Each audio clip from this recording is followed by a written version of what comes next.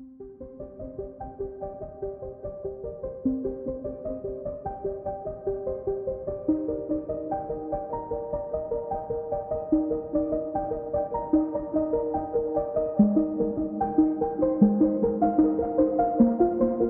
brothers and sisters in Christ, in addition to it being Lent, it is also one of my favorite times of year, in that it is spring training for baseball season, or else in the case of college, the season has already started.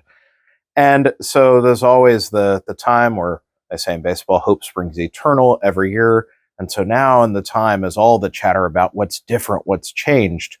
And in case of the local club with the Astros, one of the conversation points has been about leadership. As people come and go, as players change in the clubhouse, okay, who's the team leader now? And this always leads into this discussion, and it happens a lot in sports in general, about the difference between those who are the vocal leaders, those who are quiet but lead by example, and all these different ways in which people could lead. And this is certainly true. There are different types of leadership. But today's gospel passage turns this conversation about leadership into a different way. It's a radical teaching to his apostles, and we can say it's the foundation of the term servant leadership. Now, sometimes that word gets used and kind of carried off in different ways, but today's gospel, we could say, is the heart of what servant leadership is about. What is Jesus trying to tell us about leaders? And then by natural conclusion, what is he telling us as followers?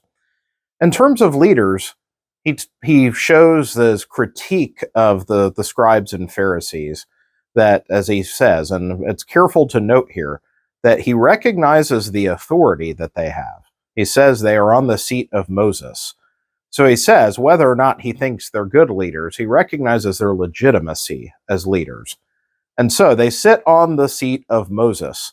Then he says, so listen to and do whatever they tell you or prescribe you, but don't follow their example. This is a way of saying, okay, they have legitimate authority that you must listen to and obey, but don't follow their example. They're lousy leaders. This is essentially the critique. And this carries out, of course, in his disputes with the scribes and Pharisees, as he calls them hypocrites for different reasons. So to contrast with the leadership of the scribes and Pharisees, to his own disciples, he talks about a different way of leading, and that is in a place of humility. The greatest among you must be as the least, must be the servant. And thus, servant leadership is born as a paradigm. That authority is not given to lord over others or to dominate or to control, but power is meant to be of service. This is a radical teaching. It's one that's very important for us as Christians, particularly me as a priest and a pastor. It's a different paradigm of leadership in the gospel. But lost in this also, because we exercise, all of us in our various vocations, our jobs may exercise leadership in different ways. But it also is important for us in those places or modes of life where we're called to follow. And that is, we hear him say, well, don't follow the example. So speaking to people who are under the thumb of lousy leaders, he says, don't follow their example. But he does say, listen to what they prescribe to you. It is important for us to realize, as we make our own decisions in life, to make distinctions when it comes to being under legitimate authority. Make decisions between that which we disagree with and that which is morally wrong. Obviously, we can never be compelled to do something morally evil, even if a legitimate authority tells us. To ask a moral evil of a follower in a matter is a ceding of legitimate authority. But so we never, the line of authority is never absolute in that way.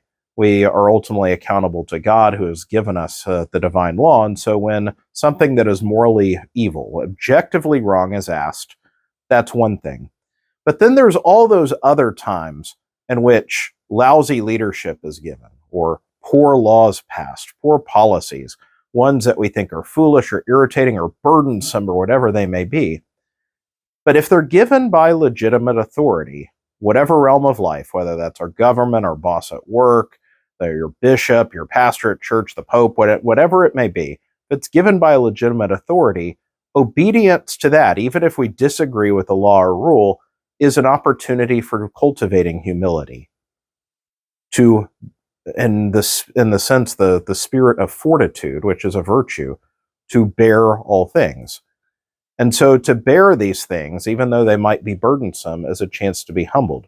Our inclination is to fire back and to say, well, that law or this person or that leader is stupid. I'm not doing that. But it's the chance for us to willingly suffer, as long as it's not to the point of committing moral evil. And so this passage, at first glance, says a couple things, but its meaning penetrates very deeply, whether you're a leader or a follower, and most of us at times are both. But the chance always, whether we're leading or following, to do so in humility, with the common good at the front of our vision. May God bless you all.